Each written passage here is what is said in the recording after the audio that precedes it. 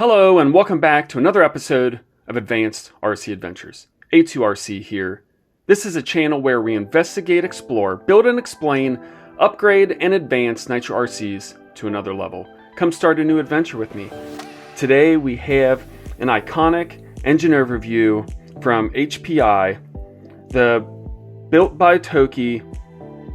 The Shuwa industry company is the parent company of Toki. Many people are aware and have heard of the company Toki, but maybe not has heard their parent company name Shuwa. You can't talk HPI, you cannot talk vintage engines, you cannot talk Shuwa without discussing the NitroStar 15 FE. Let's break this open and start the adventure.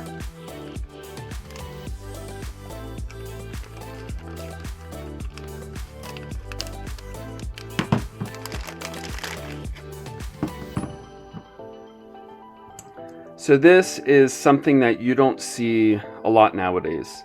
Not the specific 15 FE, which you can find used in a lot of cars, etc. We have our desiccant bag here, let's take that out. But this is a brand new version. Now this is in the transition from what HPI and Shuwa was calling the NitroStar. Notice it has the newer label of the 15 FE. This was from the transition from the NitroStar 15, which they claim to be 25% more horsepower than the 12E. And now we're fully dubbing it the 15 FE with the new sticker on the pull start. The iconic cast matte silver cooling head, side exhaust, HPI branded on the engine block, integrated 4-foot engine mounts.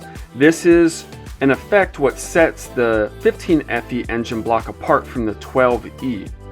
The 12E and the 15 FE were created off of the Shuwa airplane micro glow model engines.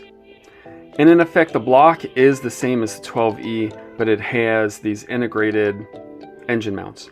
We're going to look at a 12E and we're actually going to do a full build with all new components here on the channel in a future episode. So let's take a quick look. This has a standard shaft here, rotary carburetor, and what you're going to notice is you could get these 15 FEs in a number of different flavors. This actually is an upgraded carb, and we'll discuss that when we take that off. So let's start breaking this engine down, discussing a little bit of the history, why this engine is unique in its own right, but they flooded the market with this engine and was in so many different iconic HPI touring car, truck, rally car models throughout the years. Let's go ahead and take that carb off first. These carbs have two very short screws holding on the carb. Uses a number 2 Phillips.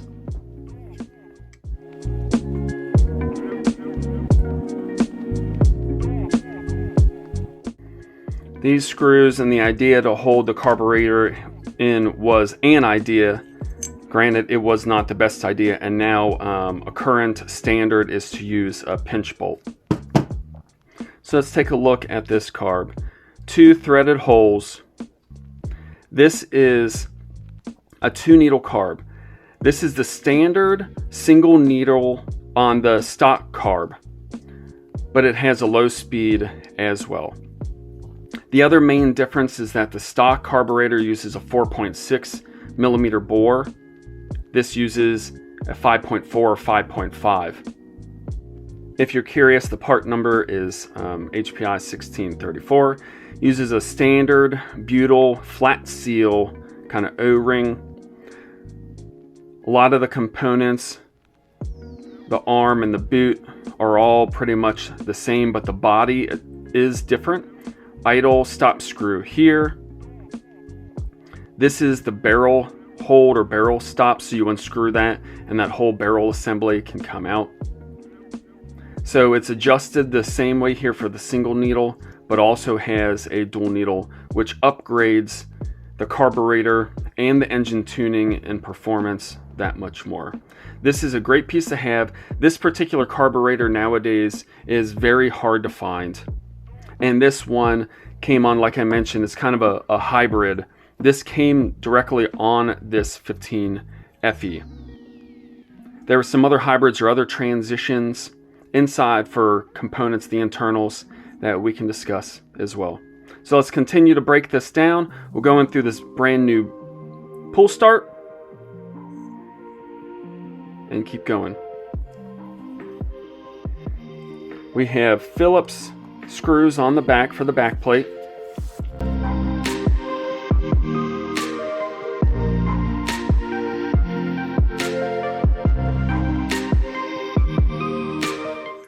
Let's pop this off. If you're not familiar with these engines, or with Shuwa in particular, so like I mentioned, Shuwa is the parent company for the engine manufacturer Toki in Japan, and Shuwa was the world's leader in producing private label engines. So this is an M2.5 bolt. Looks like it's a 6mm length. And in 2007, there was a United States kind of, I want to call it a sister company, but a company that invested into Shuwa and Toki years ago, back in the late 90s, called Makoa. And as of 2007, Makoa owns all the rights for Shuwa and the engines. And we're going to talk more about Makoa in full when we go over the K&B 18 that comes at a later episode.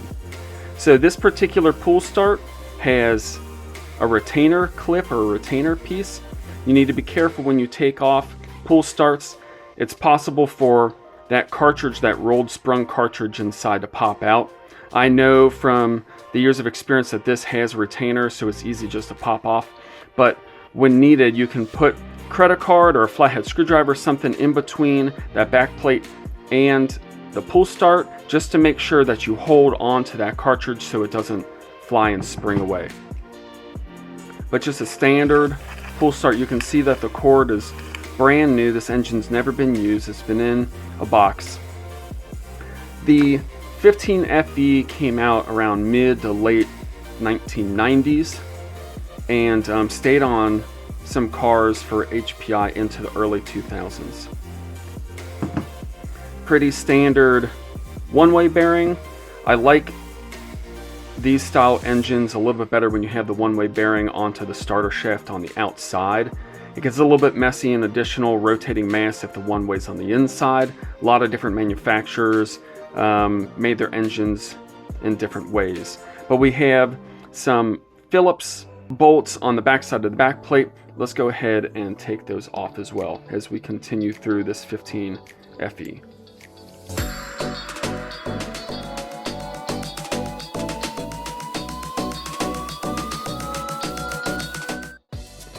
All of these 15 FEs and 12 Es came with these Phillips style bolts, and if you can replace them, do it, especially on the head.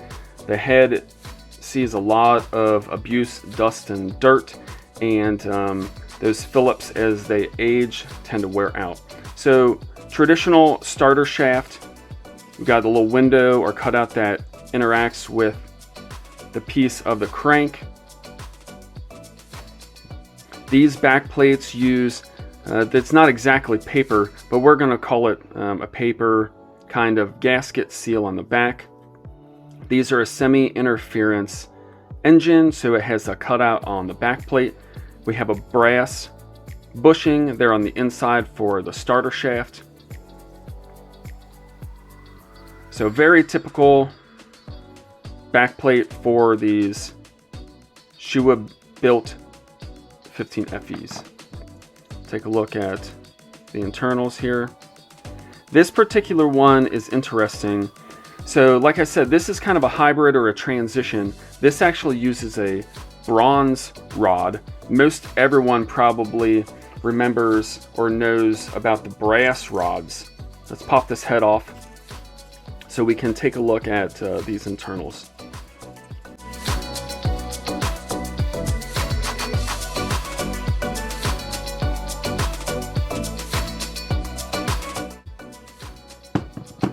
Take these head bolts out.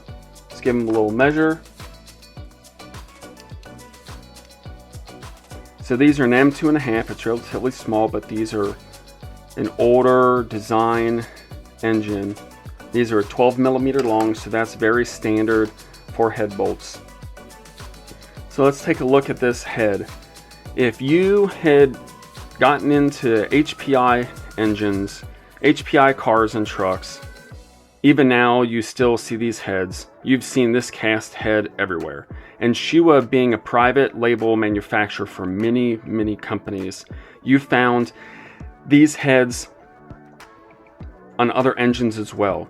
You'll find them on Makoa engines, you'll find them on Kyosho engines, and many others.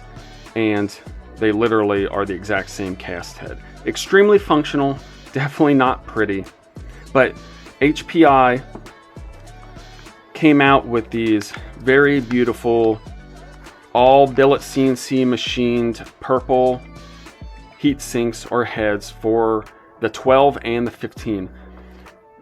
These heads for the 15, they actually have one more rib on it. I'm not sure if you're aware. And it's important to know the differences because the compression bowl on these heads are a little bit different on the 15 to 12. And you'll see on the 12E build that we create, we have a 12E specific head for that. And we'll take a little bit better look at these iconic purple CNC machined heads at that time on that later episode for the 12E. So we have one head shim. The head shims, for other folks that are not yet aware, and we'll talk about it more in the 12E, they are different on the 15 to the 12s. So it's important to note which one you have and which one you can use. The back plate seal is the exact same. So if you find one and you want to rebuild a 12E, but it says a 15F, you can still use that back plate seal. So, but this head shim is a 0.5 millimeter, so relatively thick for this 15. Let's pop this sleeve out. These use an ABN construction, and we'll take a look at that sleeve here in just a moment. Rotate our piston. Let's pop this out and take a little look. So a very, very standard no oil groove piston, flat top. This uses a floating or a non-captured wrist pin. Has a little Delrin plastic piece there on the end so that it won't rub against the sleeve. Notice there's no hole on that side, and a little Delrin piece for the wrist pin on this side. Notice the color of this rod. A lot of the rods that you see come out of the 12 and the 15 FEs are complete brass. This is bronze with a brass bushing pressed in insert. So that makes this particular version a little unique. We have an oil hole for lubrication here. These are cast pistons that are later machined. And we have this little port here. It's important to know which way is the front and the back of the piston. You can accidentally insert and assemble this in the wrong way. And if you put it into the engine the wrong way, you will not be able to start and or keep the engine running. So when you look at the engine, this port needs to be facing kind of the front towards the carburetor portion of the engine. If for some reason you have this installed and you can see that port through the exhaust window, then you know you have the piston inserted and installed in the wrong direction. So just take a note of that. These blocks are nice. I mentioned that the integrated engine mounts, these use an M3. Pop out this crank. Something kind of curious, between the 12Es, the 15FEs, and the very rare, only released for a very short period of time in Japan, is an 18FE. And we're going to discuss the pros and cons and the differences and the very similarities to the 18FE slash now Makoa KNB18. These crankshafts between the 12E, the 15FE, and the 18FE are exactly the same. Port timing, induction window size, bore sizing, balance lobe, everything about it is the exact same. You would have thought that they would have updated or changed at least the induction window between the 12, 15, and 18 versions, but they did not. But that just is what it is. So pretty standard crank. These use the same bearing on the front and the back. It's a 10 millimeter ID. Steel chrome bearing on the front and in the rear. I don't know if people have noticed this or not, or have forgotten, or maybe they just don't care, but this is something really curious about these engines. We've seen bypass ports and different holes and pistons before, and depending on the engine design, they mean different things. On this particular one, in the block, I don't know if you'll be able to see it, but we have transfer port slots, but we do not have a boost port slot. So let's talk about this sleeve here for a moment first, and then we'll get into that.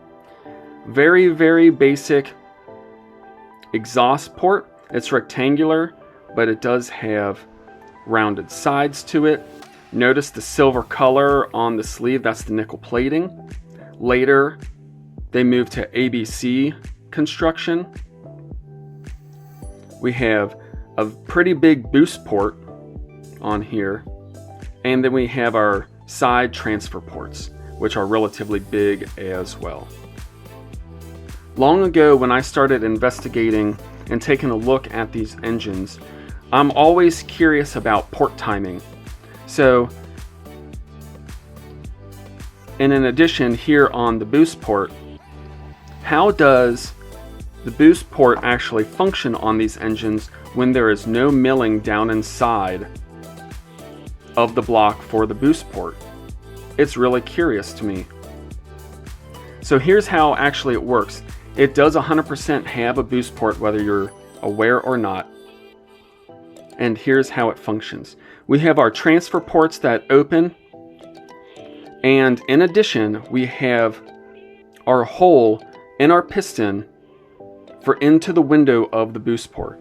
And the way this works is that there is a bevel on the top side of this boost port, and when this port opens up, you have air and fuel mixture going through that hole, that transfer hole, and using in this open now window as a boost port window. Now, not all of these holes and pistons work that way on different manufacturers and different engines, but that's how this particular engine works. So this does have a boost port, even though there's not any machining down inside of the block for the boost port, because in traditional engines today, the airflow goes around and into the boost port and then into the combustion chamber. But in this particular instance, it goes underneath the piston and inside of the sleeve, and when that hole opens up, it exposes that hole there and then exposes a small little gap down inside to allow that boost flow to go inside of the cylinder, mixed, and then eventually is compressed, burnt, and then pushed out of the exhaust. So that's something pretty interesting and pretty unique for the 15FE or these family style of E and FE style engines from Shuwa. Like I mentioned, you can't talk HPI, you're not able to talk Shuwa or Toki without taking a look at the 15FE. It's extremely iconic in the Nitro and RC history and community. They still work well today. They are an RTR ready to run style engine. They do not last forever.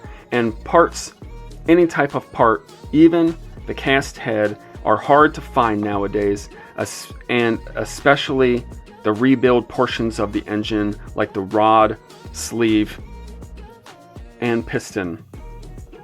But if you can get it and you want to keep the history alive for these 15 FE engines, please do so, because it's a great piece of history for the Nitro RC side of the hobby, and put it into one of your vintage builds today. If you enjoy these types of engine overviews, especially of vintage engines like this Shuwa Toki made branded HPI Nitro Star 15 FE engine, then please feel free to like, share, and subscribe. If you like 10 scale, Nitro, and especially touring cars, then this is the place to be, and thanks for taking the adventure with me.